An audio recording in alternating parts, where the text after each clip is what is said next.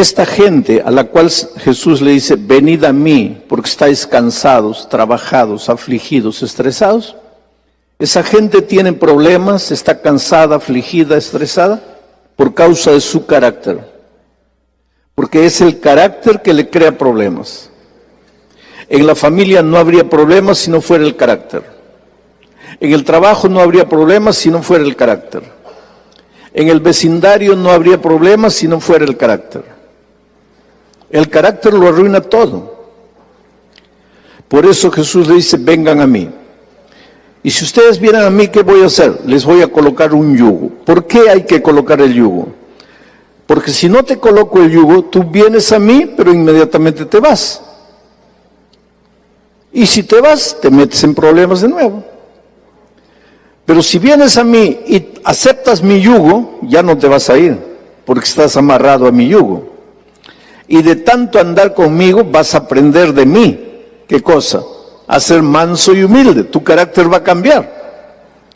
Y cuando hayas aprendido a ser manso y humilde, vas a encontrar el descanso que tanto buscas. ¿Qué cosa es discipulado? Seguir a Jesús. Caminar con Jesús. Andar con Jesús. ¿Por qué los discípulos eran discípulos de Jesús? Porque seguían a Jesús. Discipulado es seguir a Jesús en una experiencia de aprendizaje diario.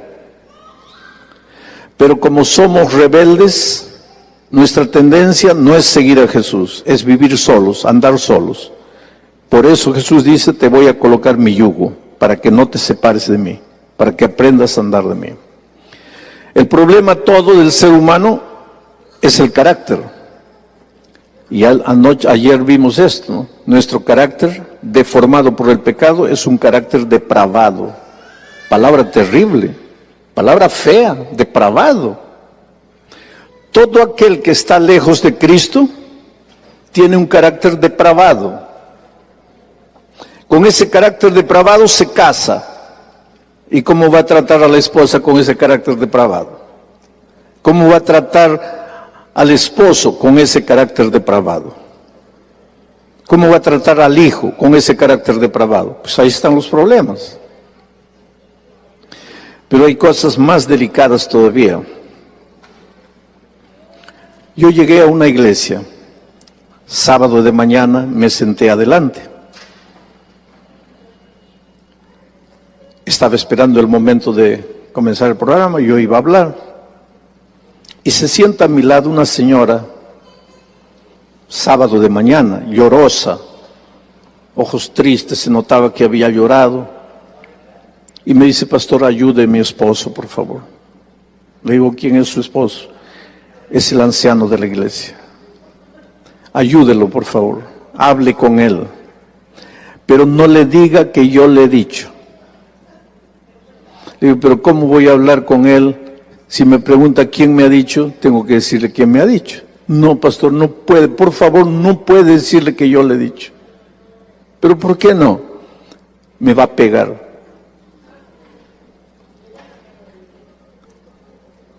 Espera un poco. ¿Tu esposo es anciano de iglesia? Sí, pastor. ¿Y tu esposo te pega? Sí, pastor, pero él es un santo hombre de Dios. A ver, explícame eso, ¿cómo? El santo hombre de Dios te pega. Sí, pastor, pero yo soy la culpable. Ay, ay, ay. Hermana querida, el hombre que está a tu lado es un hombre de Dios, te ama. Pero jamás, por más que hayas hecho una tontería en la vida, pienses que eres la culpable para que alguien te pegue. Pero ¿a qué punto habíamos llegado que esta pobre señora se sentía culpable? Yo merezco. Él es un hombre de Dios. Ahora, ¿por qué ella pensaba que el esposo era un hombre de Dios? No solo ella, la iglesia toda pensaba que él, ese anciano, era un hombre de Dios. Tanto así que era anciano de iglesia por 18 años. ¿Y por qué pensaban que era un hombre de Dios? no comía carne y predicaba que el que come carne no va al cielo. Era contrabatería. Ay del hermano que viniese a cantar con pista a la iglesia. Esto es pecado, lo otro. El típico hermano conservador y sincero. Sincero, yo no creo que ningún hermano es malvado. Sus posiciones radicales, pero sincero. Él tenía un solo problema, su carácter.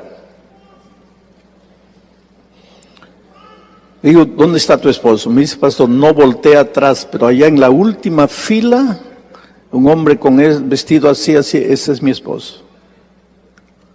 Digo, mira, yo voy a hablar, pero no le diga que yo le he dicho, le voy a decir que usted me ha dicho, pero tú tranquila, no, él no te va a volver a pegar. Y me salí por atrás. Y me entré por la puerta, me senté al lado de él. Era un hombre bueno, porque cuando yo me senté ya empezó a llorar. Era un hombre bueno, no era malo, pero era un ser humano, que conocía la doctrina, conocía la profecía, conocía todo, pero nunca había cambiado de carácter.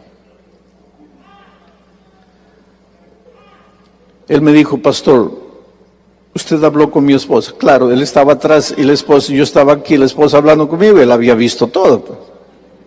Entonces él ya sabía que su esposa había hablado conmigo.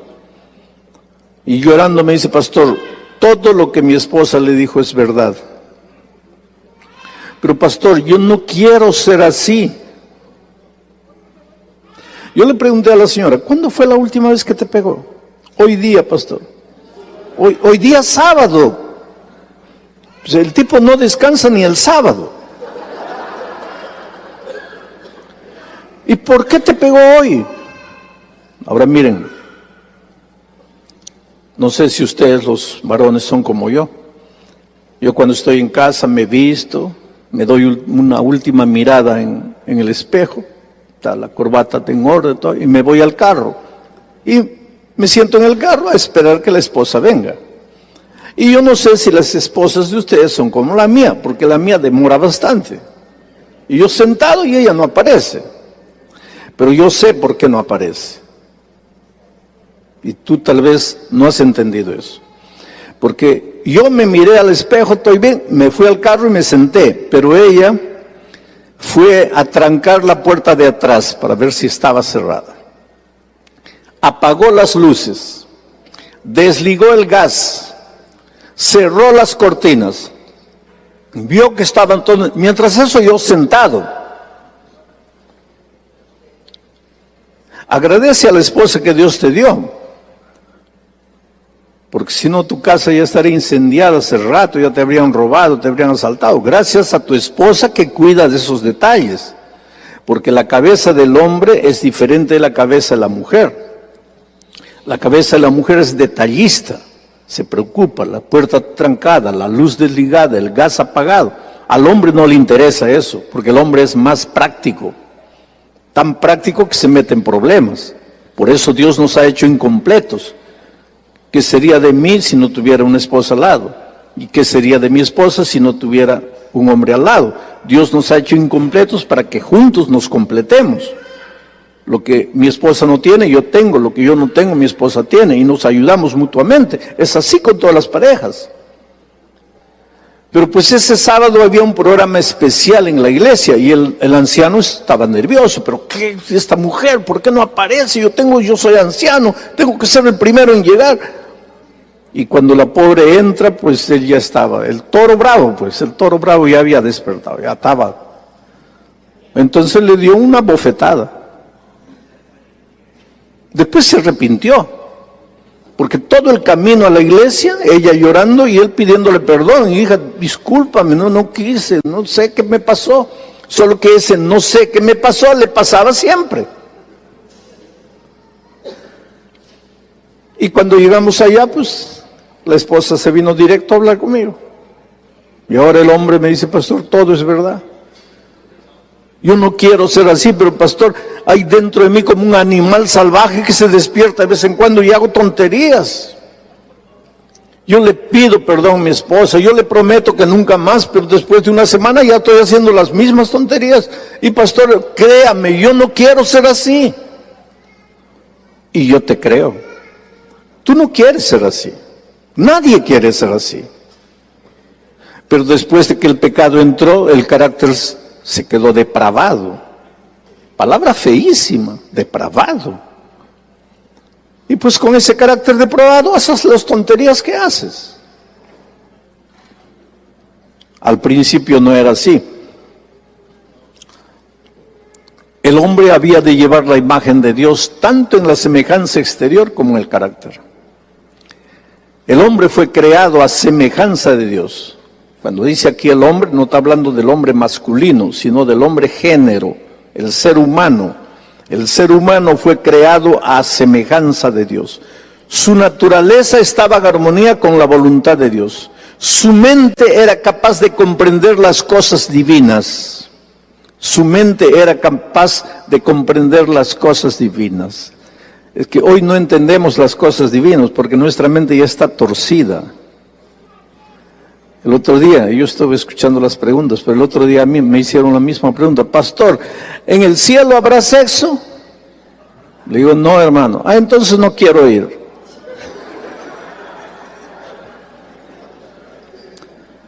Su mente era capaz de comprender las cosas divinas. ¿La mente de quién? De Adán y Eva cuando no habían caído en el pecado. Pero la mente del hombre hoy, de ti, de mí, ya no es capaz de entender las cosas divinas. Por eso pienso que en el cielo no hay sexo, no habrá felicidad. Más tarde vas a entender por qué Dios, al crear a Adán y Eva, les dio el sexo. El sexo tiene una función y cuando termine su función se acabará. Y vas a entender eso un poco más adelante. Pero no, hoy día nuestra mente, estamos en la iglesia, ¿no? Queremos servir a Dios, pero nuestra mente no entiende las cosas divinas.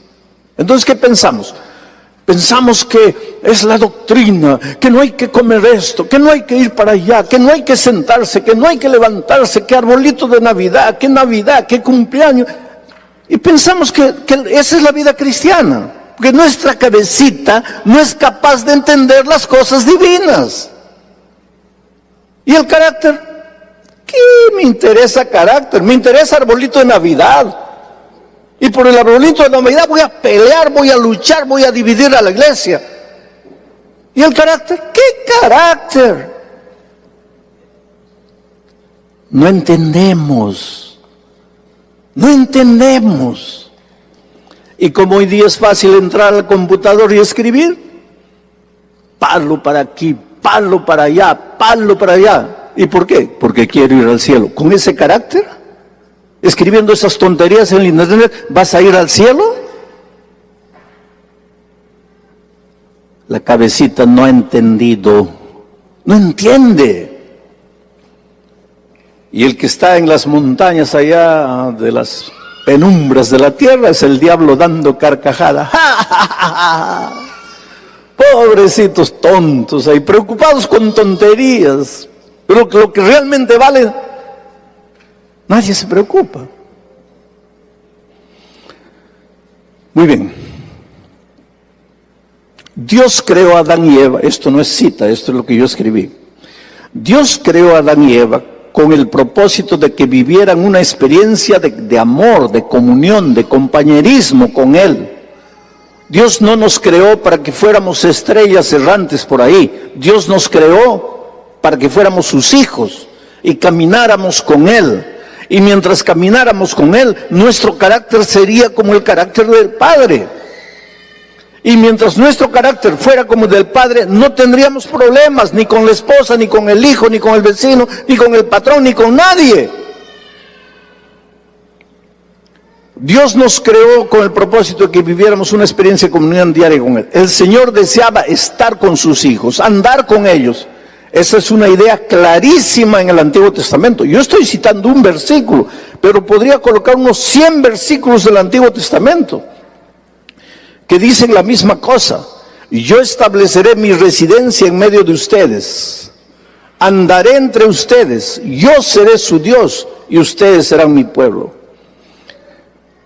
Yo estableceré mi casa en tu casa. Eso es lo que Dios te está diciendo. Tú no me vas a ver, pero yo voy a estar en tu casa. Porque yo lo que quiero es que tú vivas conmigo y yo quiero vivir contigo. Y cuando sales a caminar, yo contigo, tú conmigo. Y cuando vas a trabajar, yo contigo, tú conmigo.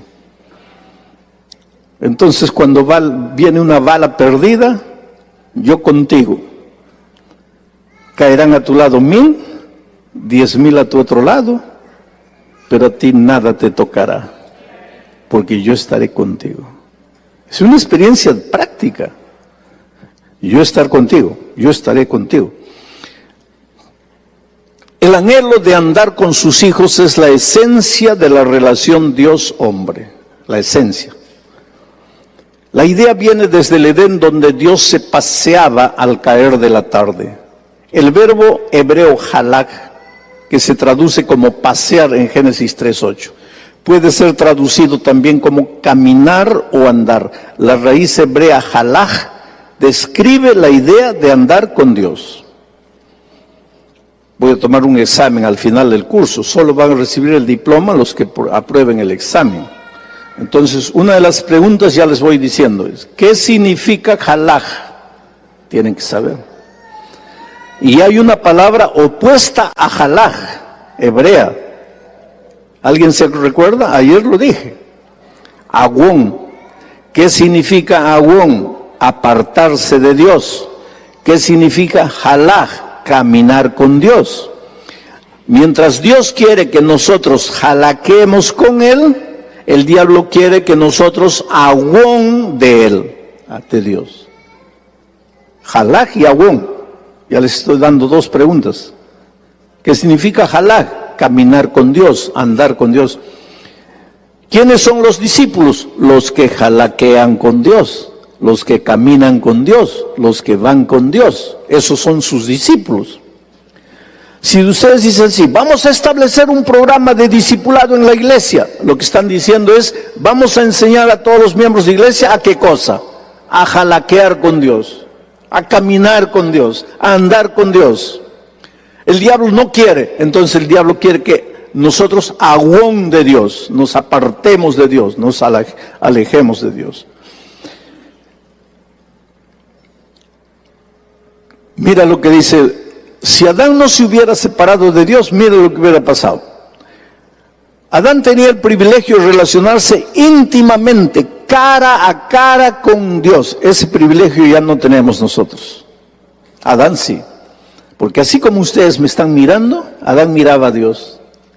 Así como yo les estoy hablando, Dios hablaba con Adán, con Eva. Era un compañerismo físico, ellos se veían, ellos se podían tocar. En la historia del mundo, ¿alguien tuvo ese mismo privilegio de Adán y Eva? ¿Ah? No, Enoc nunca lo tocó. Tú vas a ver después. ¿Quiénes? Nadie. ¿Quiénes? Los discípulos. Claro, y Cristo no es Dios. Lo tocaron, comieron, se sentaron, vivieron con Él. Solo los discípulos. Pero los otros personajes del Antiguo Testamento no. Y nosotros hoy tampoco. Solo por la fe. Vamos a ver eso más adelante. Pero Adán y Eva sí. Tenían el privilegio de relacionarse íntimamente, cara a cara con su Hacedor. Ahora, si hubiese el ser humano permanecido leal a Dios, o sea, si hubiera halaqueado siempre con Dios, si no se hubiera agón de Dios, si hubiera permanecido leal a Dios, todo esto le hubiera pertenecido para siempre. ¿Todo esto qué? A ver, quiero ver si ustedes saben interpretar. ¿Todo esto qué? El privilegio de relacionarse íntimamente cara a cara con su Hacedor. Ese privilegio le hubiera pertenecido siempre si no se hubiera separado de Dios. Nosotros hoy estaríamos hablando con Dios cara a cara. Pero infelizmente nuestros primeros padres se separaron y perdimos ese privilegio.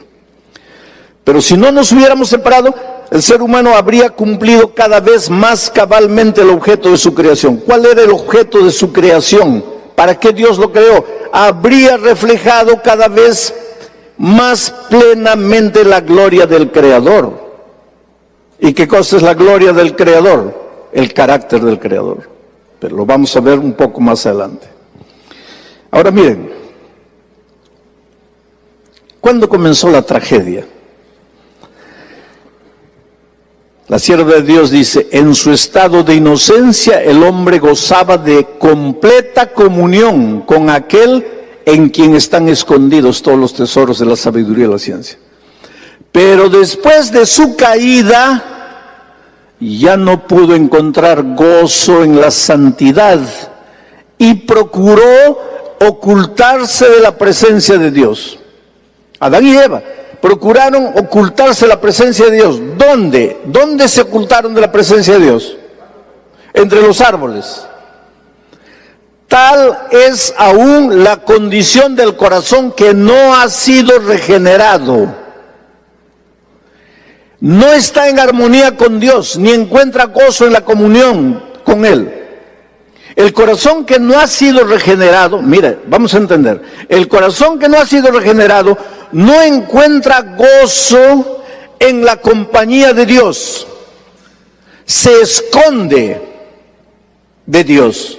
Adán no encontraba, después del pecado, ya no encontraba gozo en la compañía de Dios. Se escondió de Dios entre los árboles. Hoy día, el que no ha sido regenerado no encuentra gozo en la comunión, se esconde. ¿Pero dónde se esconde? Algunos se esconden en el trabajo, otros se esconden en los placeres, otros se esconden en los vicios, otros se esconden en el no tengo tiempo. Pero los miembros de iglesia generalmente se esconden. ¿Dónde se esconden? ¿Ah? En ser buenos miembros de iglesia. La mejor manera de esconderse de Dios es colocarse la ropa de buen miembro de iglesia. Parece buen miembro de iglesia, pero está lejos de Dios. Porque si estuviera en Dios, su carácter sería como el carácter de Dios. Pero como está aquí, puede ser, aunque sea anciano de iglesia, aunque sea pastor, y ahí estás en la junta de iglesia,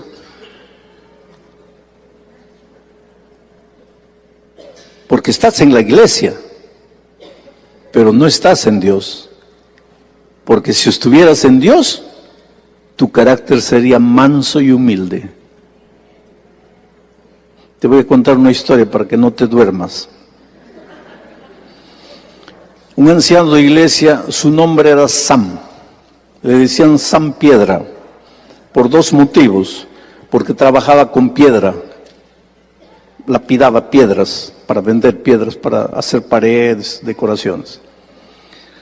Y porque también tenía el corazón de piedra. Era un hombre duro, radical, pero anciano de iglesia, conservador, líder.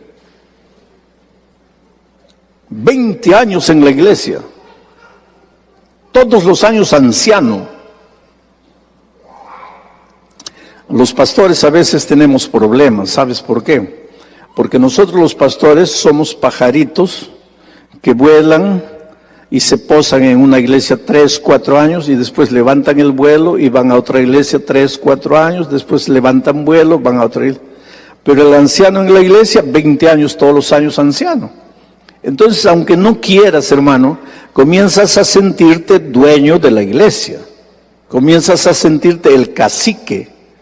Y cuando llega el pastor, tú no piensas así, pero tu inconsciente aquí, porque es terrible este inconsciente, comienza a trabajar. Llega el nuevo pastor, especialmente si es un pastor jovencito, tu cabeza aquí, tu mundo inconsciente. ¿Este chiquillo va a mandar aquí? Nunca. Aquí quien manda soy yo. No lo piensas, pero tu inconsciente piensa. San Piedra era de esos. Llegó a su iglesia un joven pastor. Y esta iglesia era fuerte. Y estaban abriendo otra iglesia pequeña. Y estaban ayudando a construir el templo de la nueva iglesia que ellos habían hecho nacer. Y habían levantado las paredes, todo. Y ya venía la temporada de lluvia y no habían colocado el techo. Y si no colocaran el techo antes que la lluvia llegue, todas las paredes se malograrían. Entonces tenían que terminar el techo, pero ya no había dinero, la iglesia había dado todo. Entonces se reunió la junta de iglesia y el pastor dice: hermanos, vamos a pedirle a Dios que nos ilumine, ¿qué podemos hacer? ¿Podríamos ir a dónde? La asociación ya nos ha ayudado, la iglesia ya no tiene fondos. Algunos de ustedes conocen algún hermano que tenga dinero, que podríamos escribir, que podríamos visitar. Necesitamos terminar el techo antes que llegue la lluvia. Y San levantó la mano, anciano de iglesia. Y dice: pastor, ¿por qué no tomamos el diezmo 2, 3 meses y terminamos el techo? Y el pastor dice: hermano, usted sabe que no podemos hacer eso. ¿Quién dice que no podemos? No, pues hermanos, la iglesia. Y San pregunta: pastor, ¿de quién es el diezmo? De Dios. ¿Y la iglesia es de quién? De Dios. Entonces, ¿qué mal hay en usar el dinero de Dios para el templo de Dios? No, hermano, pero no podemos hacer eso, porque el manual de iglesia dice que no podemos tomar el diezmo. El diezmo va a la conferencia. Pero el toro comenzó a despertar en San Piedra. Y le dijo: pastor, perdóneme usted con todo respeto. Los toros no respetan a nadie. Pero con todo respeto, pastor, usted no está preocupado en terminar el techo. Usted está preocupado en cuidar su sueldo. Ahora yo les hago una pregunta: ¿el sueldo sale de los diezmos, el sueldo de los pastores, sí o no? Pero es justo que se le diga a un pastor: usted está preocupado en cuidar su sueldo. ¿El pastor estaba preocupado en cuidar su sueldo o estaba preocupado como líder espiritual de la iglesia en hacer lo que en la propia Biblia enseña: traer todos los diezmos al alfolí? El alfolí es el control central de la iglesia.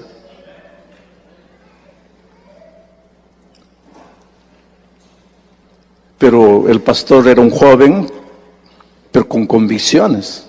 Y le dije: mira, pastor, hermano Sam, yo lo respeto, usted es el anciano de iglesia, pero no podemos tocar el dinero que es de Dios. Y ahí comenzó la guerra. San ofendió a la iglesia. Él sabía que tenía la mayoría de la junta, pero de repente la mayoría de la junta se fue con el pastor. Y San se vio solo. Y ahí perdió la paciencia. Y entonces dijo: bueno, si ustedes van a hacer lo que les da la gana, yo me voy. ¿Qué estoy haciendo aquí? Estoy perdiendo mi tiempo. Y se fue. El anciano de iglesia, que quiere ir al reino de los cielos, se fue. Y estaba tan rabioso que hasta dejó su carro en la puerta de la iglesia y se fue caminando. Quería sudar para ver si la rabia le salía. Llegó a la casa, la rabia no le había salido, el toro seguía vivo. Entonces agarró una madera, un cepillo, comenzó a cepillar la madera para ver si con el cansancio, el sudor, la rabia le salía. No le salía. Había una cotorra. ¿Saben lo que es una cotorra? Una lora. Ellos tenían una lora ahí. La lora picoteando una pepa de aguacate. Y San cepillando la madera, todo rabioso. Y de repente escucha, como si la lora hubiera dicho algo. ¿Y paró qué? Se acercó a la lora amenazante. Si no había respetado al pastor, iba a respetar a la lora. Repite, ¿qué dijiste? Porque a él le parecía que la lora estaba diciendo algo. Repite, ¿qué dijiste? Ahora sí la lora habló clarito. Eres más terco que una mula. Y San cayó arrodillado. Y lloró a Dios. Y de repente el Espíritu Santo a través de la mula, de la lora. ¿Por qué digo a través de la mula? Porque a través de una mula habló a Balán. Y ahora a través de una lora estaba hablando a San. Dijo, Dios mío, perdóname. ¿Qué hago con este carácter miserable? No puedo, Señor. Yo soy el hombre que tú has colocado como líder espiritual. ¿A dónde estoy llevando a la iglesia? Media vuelta a la iglesia. La junta todavía no había terminado porque el pastor y los hermanos estaban discutiendo de dónde iban a sacar el dinero para construir el templo. Y San apareció por ahí. Y fue directo donde el pastor. Y el pastor ya comenzó a dar unos pasos para atrás pensando, este me va a atacar. Y San llegó y abrazó al pastor. Y comenzó a llorar. Y el pastor le pregunta, San, ¿qué te pasa? Y él dice, pastor, la cotorra. Nadie entendía nada. Pero después San explicó lo que había pasado.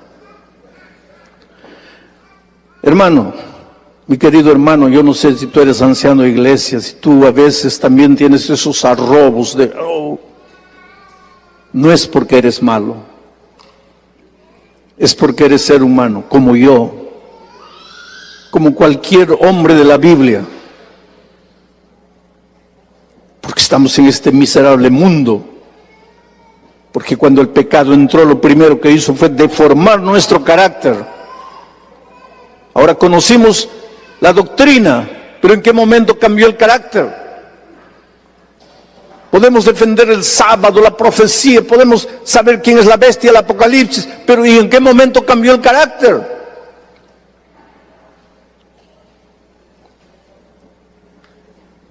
Ese es el asunto, queridos.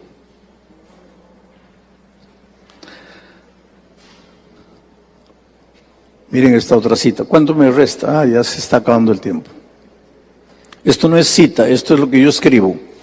El pecado nos extravió, nos alejó de Dios. El pecado es la conducta egoísta del ser humano que se aparta voluntariamente de Dios para iniciar su triste peregrinaje de muerte. Una de las palabras hebreas que describe el pecado involucra este concepto. La raíz agón señala el extravío del buen camino. Agón es lo contrario de ¿qué? Halak. Dios quiere jalaquear con sus hijos. El diablo quiere que nosotros agón de Dios, que nos alejemos de Dios, que nos apartemos de Dios. Si tú vas a estar en la iglesia, para el diablo no es problema. Continúa en la iglesia, mientras no estés cerca de Cristo. El diablo no quiere sacarte de la iglesia. El diablo quiere alejarte de Cristo. Si quieres quedarte en la iglesia, quédate. ¿Quieres ser anciano, pastor? Quédate. Yo no estoy preocupado con eso, dice el diablo. Yo estoy preocupado que te acerques de Cristo. Eso sí no quiero. Porque el día que te acercas de Cristo, tu carácter va a cambiar. Y eso yo no quiero. Que tú estés en la iglesia con el carácter miserable del pecado. Eso para mí está todo bien. Y tú estás preocupado en cualquier cosa, menos en el carácter.